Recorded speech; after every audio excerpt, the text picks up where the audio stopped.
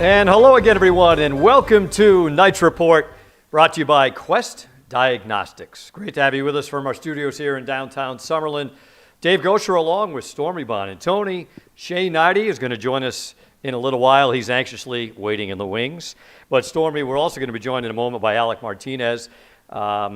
Curious to get his thoughts, how he spent quarantine, what it's be like for him back skating here with some of the guys over the last week and a half. But since the last time we've done a show together, what have you been doing with yourself? Not a lot of enchilada. No, just a lot of cooking and really just trying to wait and hear what's going on around the league and there's so much excitement around phase 2. Obviously, we got a date last week that phase 3, July 10th, potential training camp coming back and everything like that. So there's just a lot of excitement right now. And also we should be hearing about what these hub cities are here pretty soon as well, which is exciting news. Yeah, that's expected to be announced within a matter of days. And of course, as Stormy mentioned, steps here in phase 2 towards hopefully getting back to an NHL season. Phase 3, training camps opening July 10th, and then with an ear and an eye towards maybe getting things going back again by the beginning of August. So a lot to cover here. Great to have you with us on all of our social media channels, and we're going to welcome in Golden Knights defenseman Alec Martinez. Alec, great to have you with us. What's it been like for you here over the last little while to be back skating again?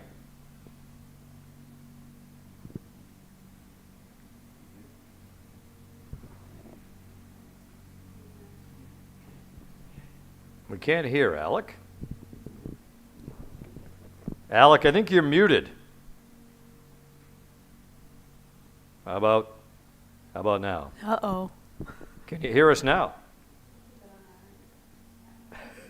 What's that old commercial? Oh, Verizon, can you hear me now? Can you hear me now? Can you hear me now? All right, we'll try to iron out the bugs with Alec Martinez. We do a lot. Who doesn't do all the Zoom calls? I might be at the top of the list of forgetting to unmute myself. Yeah, no, that's true. You and Dan Duva. I think both of you. The two guys who should know better. Whenever we're doing our office conference calls, I think the unmuting is always a challenge for you two for whatever reason. I just don't have anything going on at my house, and so it's always unmuted. There's a lot of things that are a challenge for me, Stormy. Dave, are you on the call? Dave, are you there? Yes, I'm here. Or dogs barking in the background. Yes, Rosie Gosher barking away. It's random strangers. But we're going to hopefully be able to connect the audio part of Alec. We could see him just fine. But it is exciting, Stormy, as you mentioned.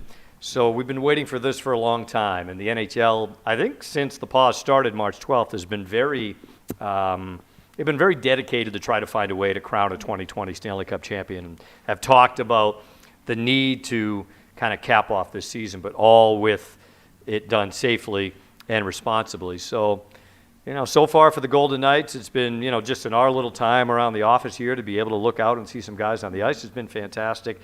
And now you hope that this will continue to, move in the right direction safely. And, how great would it be if you get to phase 3?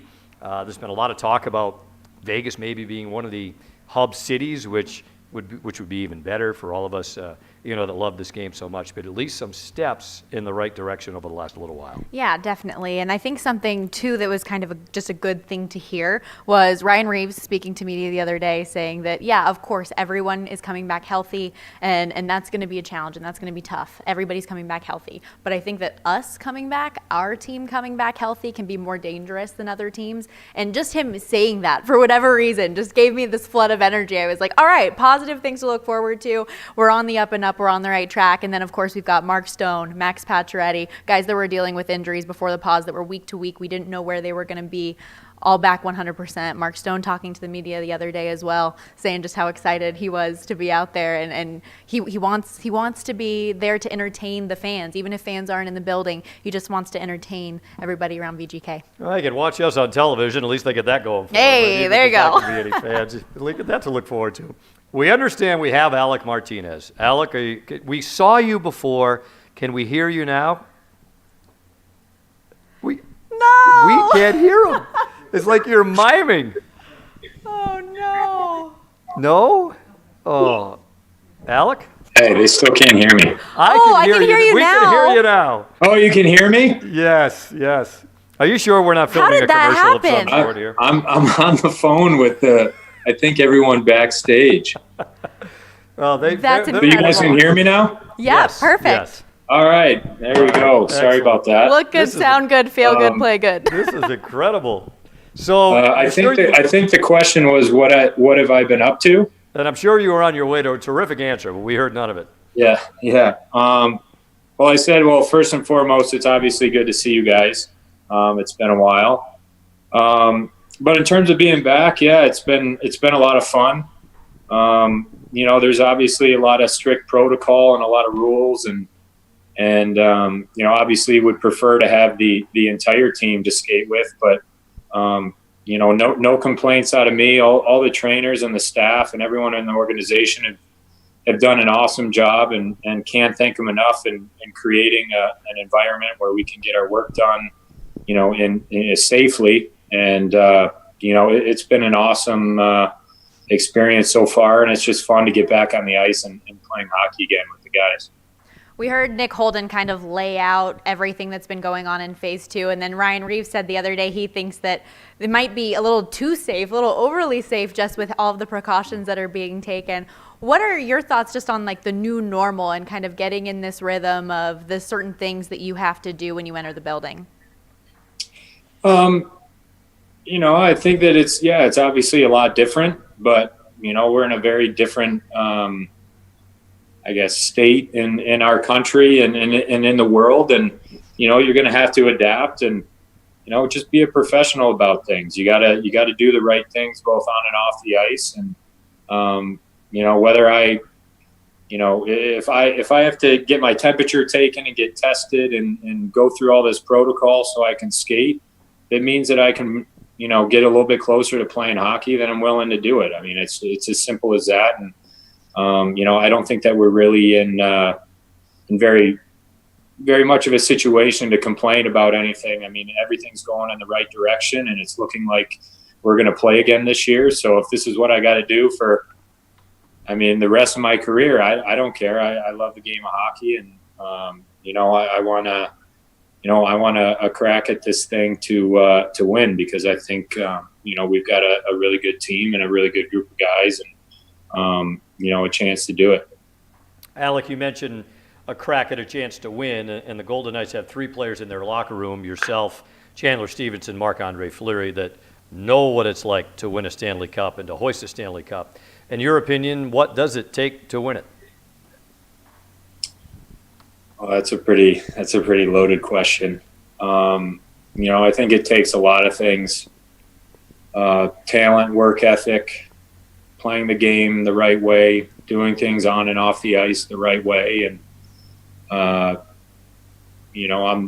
think that everyone in that locker room knows what the expectation is and has a common goal in mind. And I've had a lot of conversations with the guys that I see a lot of similarities. I mean, I'll be the first to say that I don't know everything. I haven't seen everything, nothing like that. But from what I've seen in the locker room and the feeling that we have is similar to what I had when I was on successful teams. So I think that there's a lot of things that go into it. Depth being one of them. I think we have a lot of that.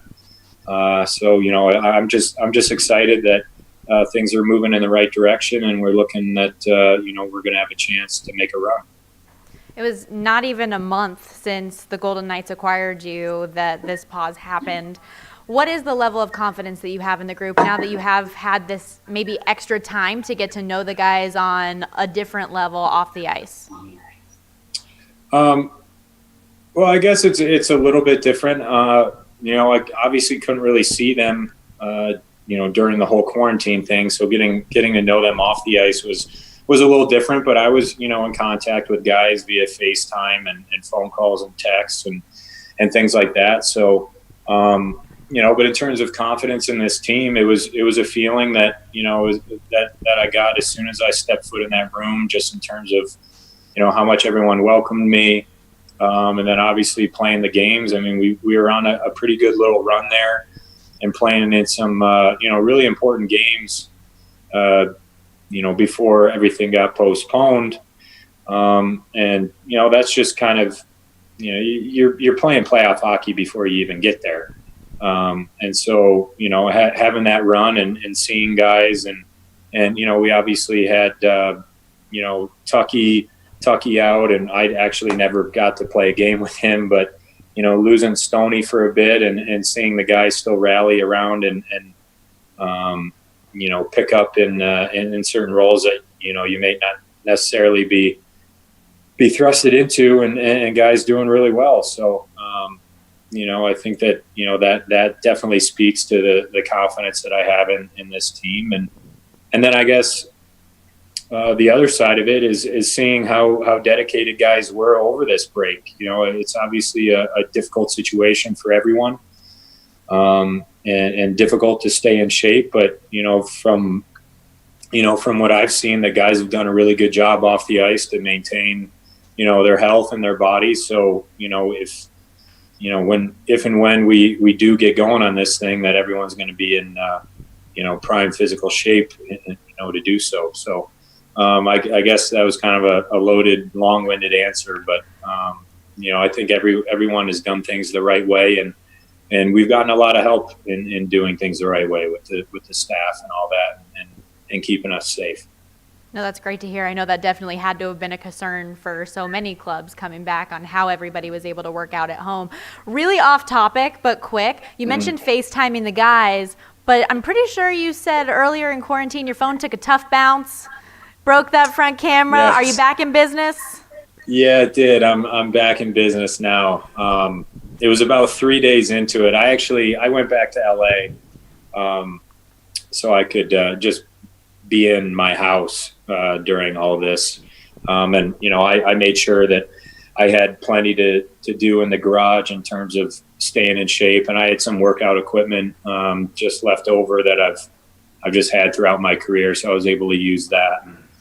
But, it was about 3 days in. My phone took a tough bounce. And, obviously at that point, the Apple stores were all closed and everything was shut down, particularly in California and in LA. So, but I'm back in business now, and just FaceTiming away, I guess.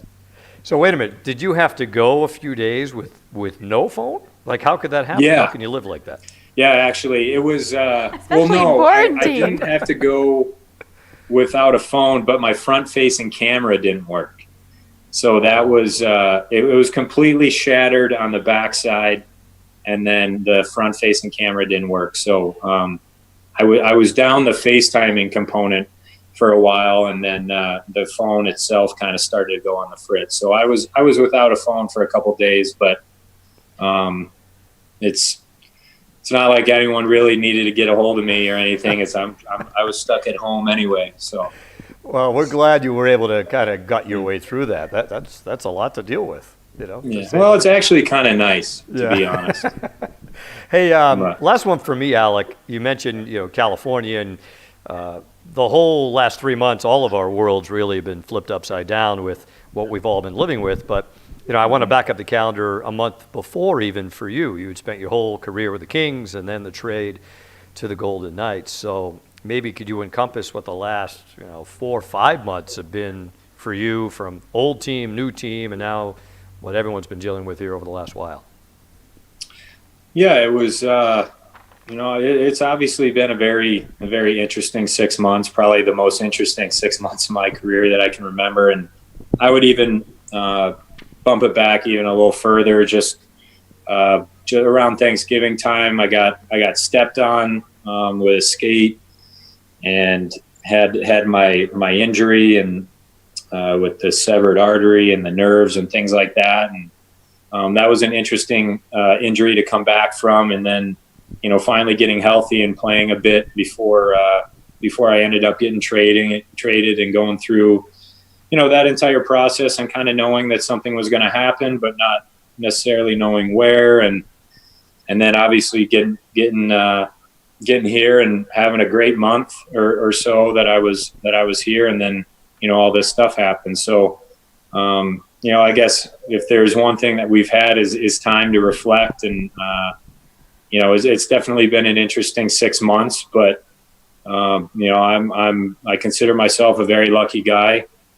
And I'm, really excited to be a part of this organization, and I think that I landed in the best possible spot that I could have landed, and you're not going to hear a complaint out of me. Well, you became an integral piece of this team very, very quickly, and I know everybody's been really grateful for everything that you've brought to the table. Last thing before we let you go, Father's Day obviously is coming up this weekend. Do you have a favorite just hockey-related memory with Dad or something funny that you want to share with us?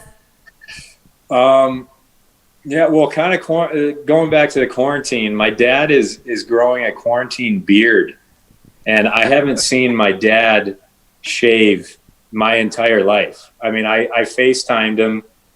This must have been a couple weeks ago, and he had just started growing it. He's retiring soon, so I think that has something to do with it. But he started growing it, and I've literally not once ever seen him a moment in my life without him being clean shaven.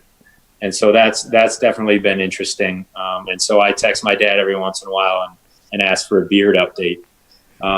But in terms of memories with my dad, hockey related, I think my dad and I, we were fortunate enough to be at the game. It was Game 4 when the Red Wings won the Stanley Cup. Since I grew up in Michigan, and that was a team I grew up watching and rooting for. But we were at the game in Game 4 when they beat the Flyers to win the whole thing.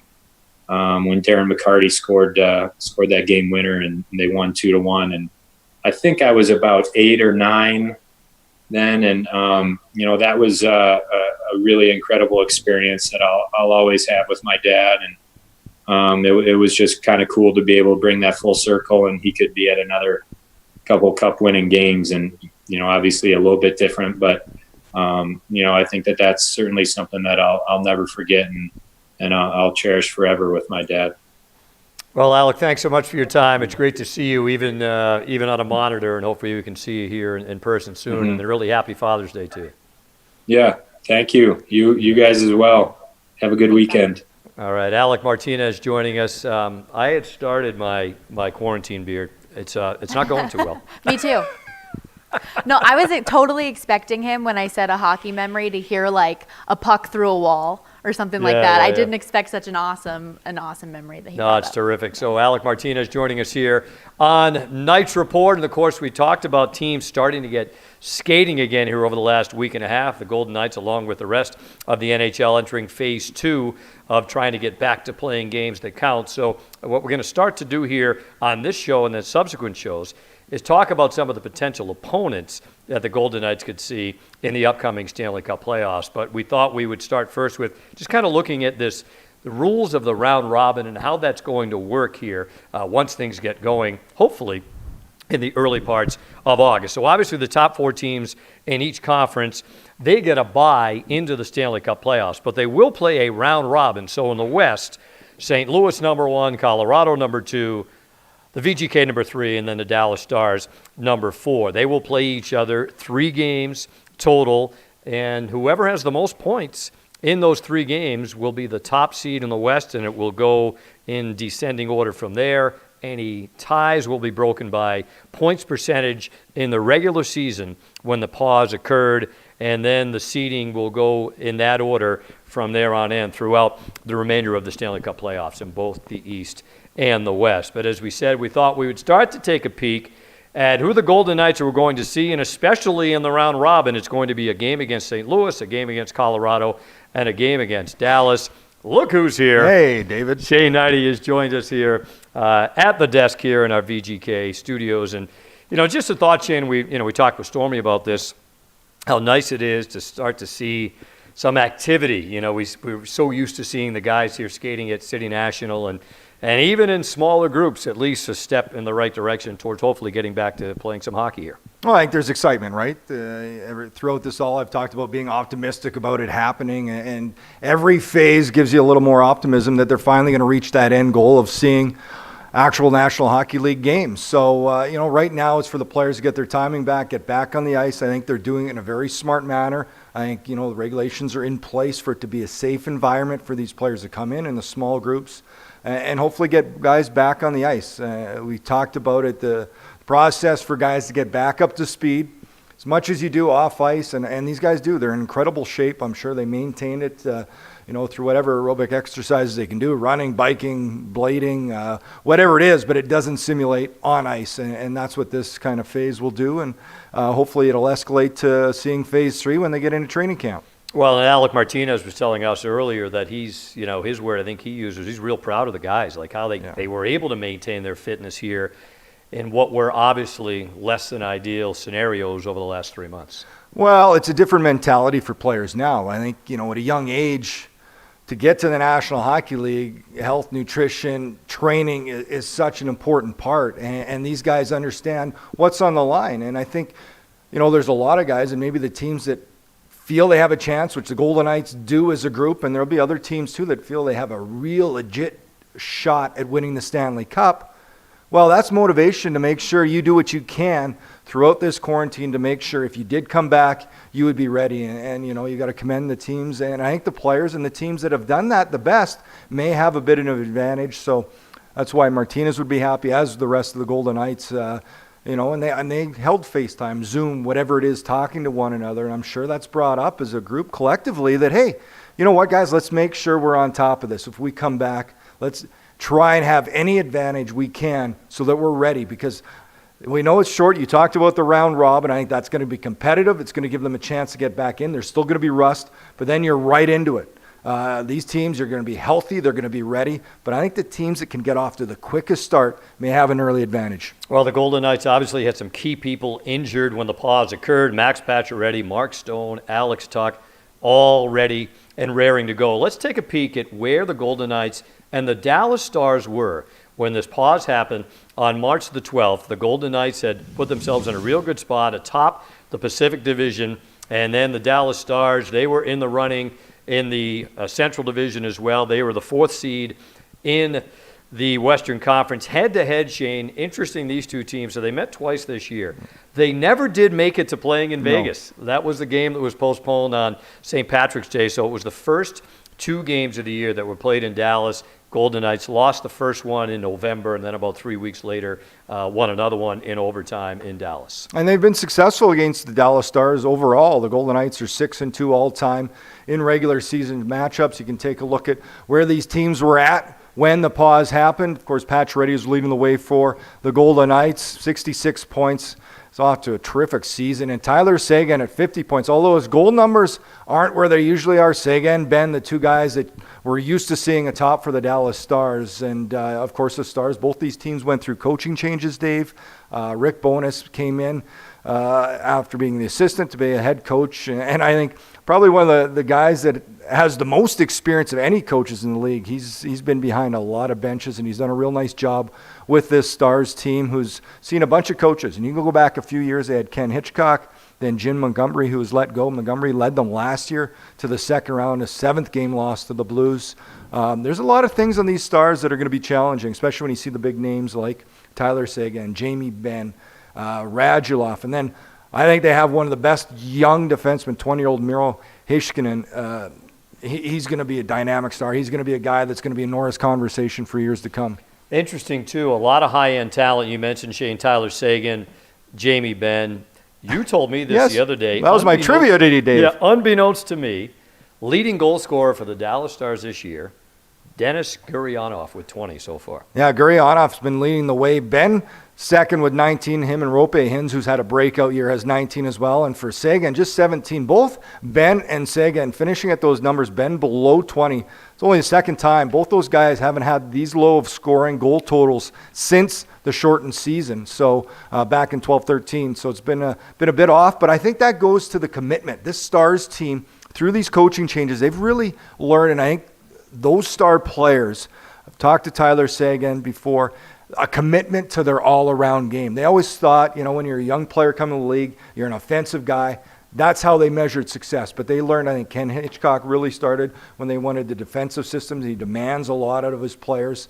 And I think they've really rounded out both those two players that lead this team how to play a complete game.